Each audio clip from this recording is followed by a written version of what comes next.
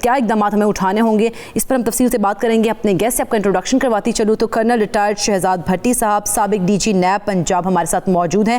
بہت شکریہ شہزاد بھٹی صاحب آپ کے وقت کا. جی تھینک یو، بہت مہربانی. شہزاد صاحب ویسے کیا کہیں گے، آج کرپشن کا عالمی دن منایا جا رہا ہے، تو کیا پاکستان میں اگر ہم بات کریں پاکستان کی تو پاکستان میں کرپشن بہت زیادہ ہے؟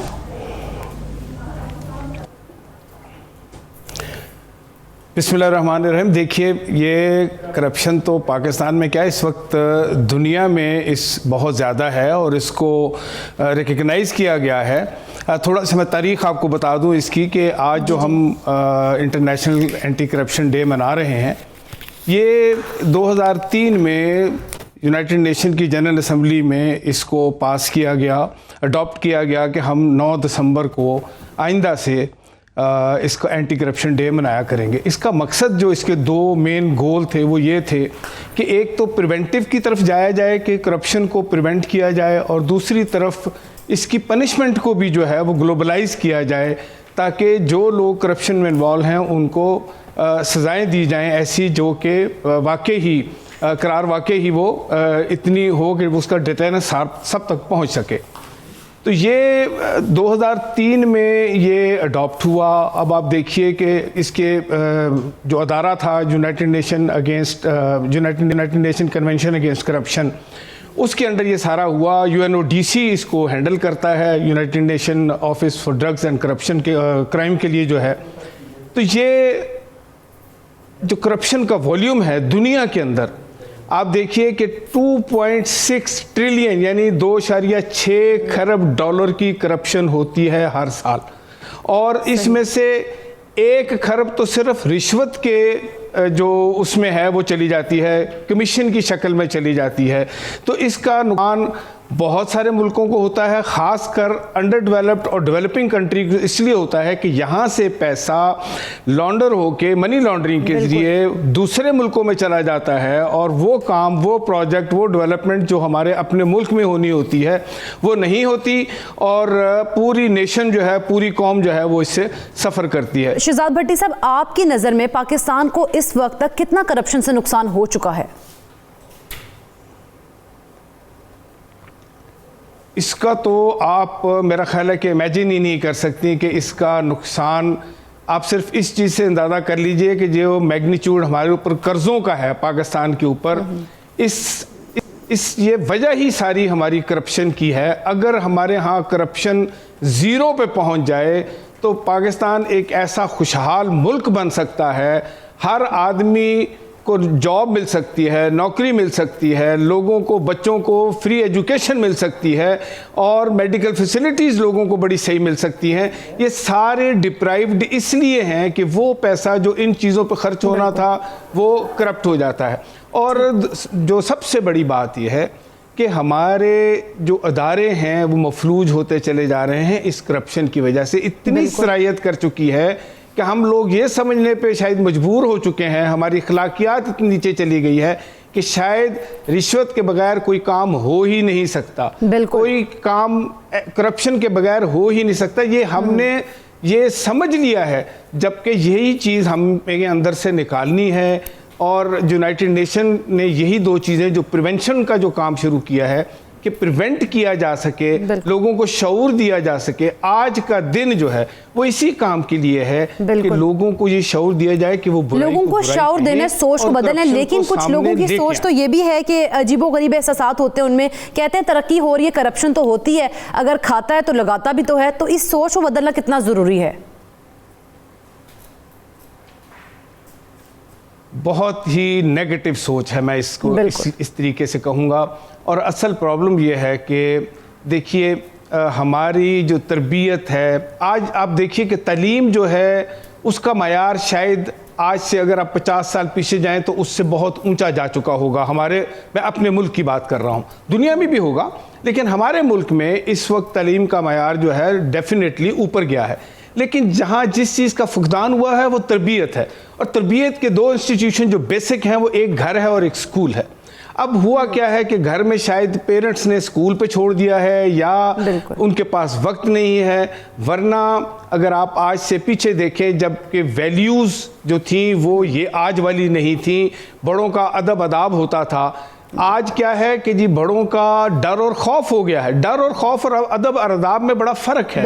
ادب جو ہے وہ غیر موجودگی میں بھی ہوتا ہے، جبکہ ڈر خوف صرف سامنے ہوتا ہے. تو کرپشن کیوں ہو رہی ہے؟ یہ اس سے بڑا لنک ہے کہ آپ جو سامنے بیٹھا ہے اس سے ڈر کے تو نہیں کرتے، جب وہ ہٹ جاتا ہے تو آپ کرپشن کرتے ہیں. لیکن اگر آپ نے گھر سے اخلاقیات ادب آداب کا سبق سیکھا ہو تو آپ کو پتا ہو کہ غیر موجودگی میں بھی ایک ذات ہے جو دیکھنے والی ہے، تو آپ وہ کرپشن سے اپنے آپ کو بھی بچائیں گے اور ملک کو بھی بچائیں گے اور اپنے آنے والی نسلوں کو بھی بچائیں گے. بالکل. اچھا، حکومت تو اپنے طور پر کرپشن کو ختم کرنے کے لیے بڑے اقدامات کر رہی ہے، لیکن انفرادی طور پر ہم لوگوں کو یعنی عوام کو کیا اقدامات کرنے ہوں گے اس کو ختم کرنے کے لیے؟ دیکھیے، حکومت تو بہرحال دنیا میں سب حکومتیں اپنے اپنے طور کے اوپر اپنا کام جو ہے وہ کرتی ہیں، لیکن یہ کرپشن تب تک ختم نہیں ہو سکتی جب ہر انڈیویجول اس میں اپنا حصہ نہیں ڈالے گا. میں ایک چھوٹی سی بات کروں گا. نیب نے ایک سلوگن جو تھا وہ چلایا تھا، سے نو ٹو کرپشن، اور اس کا آپ نے دیکھا بہت سارے لوگوں نے مذاق بھی اڑایا، سوشل میڈیا پہ بھی اس کے خلاف بہت چیزیں کہی گئیں. یہ ایک چھوٹا سا سگنل تھا جو ہر شخص تک پہنچانا مقصود تھا، چھوٹے بچے سے لے کر بڑے تک، کہ ان کے اندر یہ شعور آئے کہ آپ ایک مرتبہ کرپشن کو نو کریں. آپ سے کوئی رشوت مانگ رہا ہے اس کو آپ نو کریں. اور یہ ذہن میں رکھیے، کرپشن کی یہی ویلیو نہیں ہے رشوت لینا ہی کرپشن ہے. ڈسپلن کی خلاف ورزی جب سٹارٹ ہوتی ہے تو کرپشن سٹارٹ ہو جاتی ہے. بالکل. ہر وہ چیز جو آپ کسی قانون کو توڑتے ہیں کرپشن کے زمرے میں آنا شروع ہو جاتی ہے، کیونکہ وہ الٹیمیٹلی آپ کو کرپشن کی طرف لے کے چلی جاتی ہے. تو یہ ہر انڈیویجول کا کام ہے، چاہے وہ اویئرنیس کے اوپر کام کر رہا ہے، چاہے وہ استاد ہے تو بچوں کو سکھا رہا ہے، باپ ہے تو اپنی اولاد کو سکھا رہا ہے، ماں ہے تو اپنی اولاد کی ٹریننگ کر رہی ہے. ہر شخص نے اپنا کردار ادا کرنا ہے. خالی یہی نہیں ہے کہ میں رشوت لینی بند کر دوں، نہیں، کردار ادا کرنا ہے، اس کرپشن کو ختم کرنے کے لیے شعور دینا ہے. بالکل شعور ضروری ہے دینا. لیکن بھٹی صاحب، جس طرح سے نوجوان نسل ہے، 60% سے زیادہ نوجوان نسل ہے، تو آگے تو نوجوان نسل نہیں ہے نا، تو نوجوان نسل کو کرپشن کے حوالے سے کیا پیغام دیں گے؟ کس طرح سے انہوں نے اس کو ختم کرنا ہے؟ بہت ہی آپ نے اچھی بات کی ہے. ہماری آئندہ نسل نے ہی آ کے اس کو سنبھالنا ہے. بالکل. اور ہوتا یہ ہے کہ سب سے جو امپورٹنٹ بات وہ یہ ہے کہ جو آئندہ نسل ہے جو اس وقت اسکولوں میں، کالجز میں، یونیورسٹی میں پڑھتی ہے، وہ شاید یہ سمجھتی ہے کہ ہمارا اس اینٹی کرپشن ڈے سے یا اس کرپشن والے ایشو سے کیا لینا دینا، ہم تو ابھی پڑھ رہے ہیں. لیکن یہ ایک فیکچول بات نہیں ہے. آج وہ جب ایک دم سے سڈنلی پریکٹیکل لائف میں آئیں گے، باہر آئیں گے، تو ان کو نظر آئے گا کہ کرپشن کتنا بڑا عفریت ہے جو منہ کھولے کھڑا ہے. اور ان کو اگر وہ اس چیز کے لیے پہلے سے تیار نہیں ہے، مورلی اپنے آپ کو سٹرونگ نہیں کر کے آئیں گے، تو وہ بھی اس کرپشن کے عفریت کے ہتھے چڑھ جائیں گے. ایک مافیا ہوتا ہے، ایک لوگوں کی ایک جم غفیر ہے جو ان کو اسی لائن پہ لگانے کے لیے تیار بیٹھا ہوتا ہے. تو آپ بہت ولنریبل ہوتے ہیں. تو یہ اسکول، کالج، یونیورسٹیز کی جو ہماری آئندہ آنے والی پود ہے، ان کو یہ پتہ ہونا چاہیے کہ یہ اگر کرپشن ختم ہوگی تو ان کے لیے جابز کی آگے جو ہے وہ بہت زیادہ جابز نکلیں گی، بہت زیادہ فیسیلیٹیز ہوں گی ملک کے اندر، ہر چیز کی وافر مقدار میں اویلیبلٹی ہوگی، ہاسپٹل ہوں گے، یونیورسٹیز ہوں گی، کاروبار چلیں گے. لیکن اگر کرپشن کا وہ پیسہ جو ان چیزوں پہ لگنا تھا کرپشن میں جاتا رہے گا، کسی پیٹ میں جاتا رہے گا، تباہ ہوتا رہے گا، پیسہ منی لانڈر ہو کے باہر چلا جائے گا. تو انہی لوگوں کے لیے جنہوں نے کل یونیورسٹی سے پاس آؤٹ ہو کے باہر نکلنا ہے، ان کے لیے جاب نہیں ہوں گے، بے روزگاری ان کا منہ کھول کے استقبال کرے گی. تو ان کا بہت بڑا کردار ہے کہ یہ جب اپنی پریکٹیکل لائف میں آئیں تو تیار ہوں کہ انہوں نے کرپشن کے خلاف ایک جہاد کرنا ہے اور نو ٹو کرپشن کہنا ہے.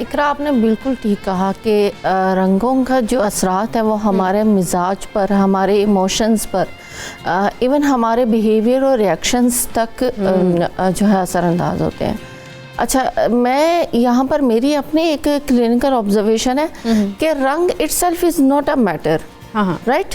جیسا کہ آج آپ نے اتفاقاً آپ نے بھی ریڈ شیٹ میں پہنا ہے اور میں نے بھی ریڈ شیٹ، تو آپ کے والا ہے تھوڑا سا ڈل اور میرا ہے تھوڑا سا برائٹ. اچھا، ریڈ کلر جو ہے وہ ڈپکٹ کرتا ہے اس چیز کو کہ یہ passion, love, warmth. At the same time اسی کلر کے ساتھ یہ باتیں بھی ایسوسیٹیڈ ہے نیگیٹو، جو کہ یہ اگریشن اور لائک برائٹ کلر بہت تیز اور غصہ دلانے والی یا ڈینجر. ٹھیک. تو میرا خیال ہے کہ یہ انسان کے اسٹیٹ آف مائنڈ پر بھی ڈپینڈ کرتا ہے.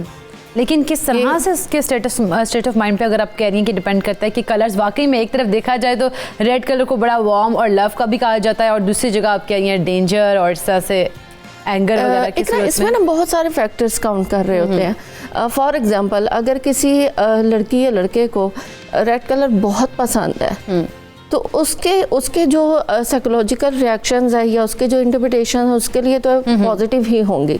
لیکن اگر کسی بچے کو شروع سے یہ سکھا دیا جائے کہ ریڈ کلر تو is a sign of danger, you know it's bad and it's not good for health اور it's not good for your visual perception like that, تو وہ بچہ تو ریڈ کلر سے ڈرے گا.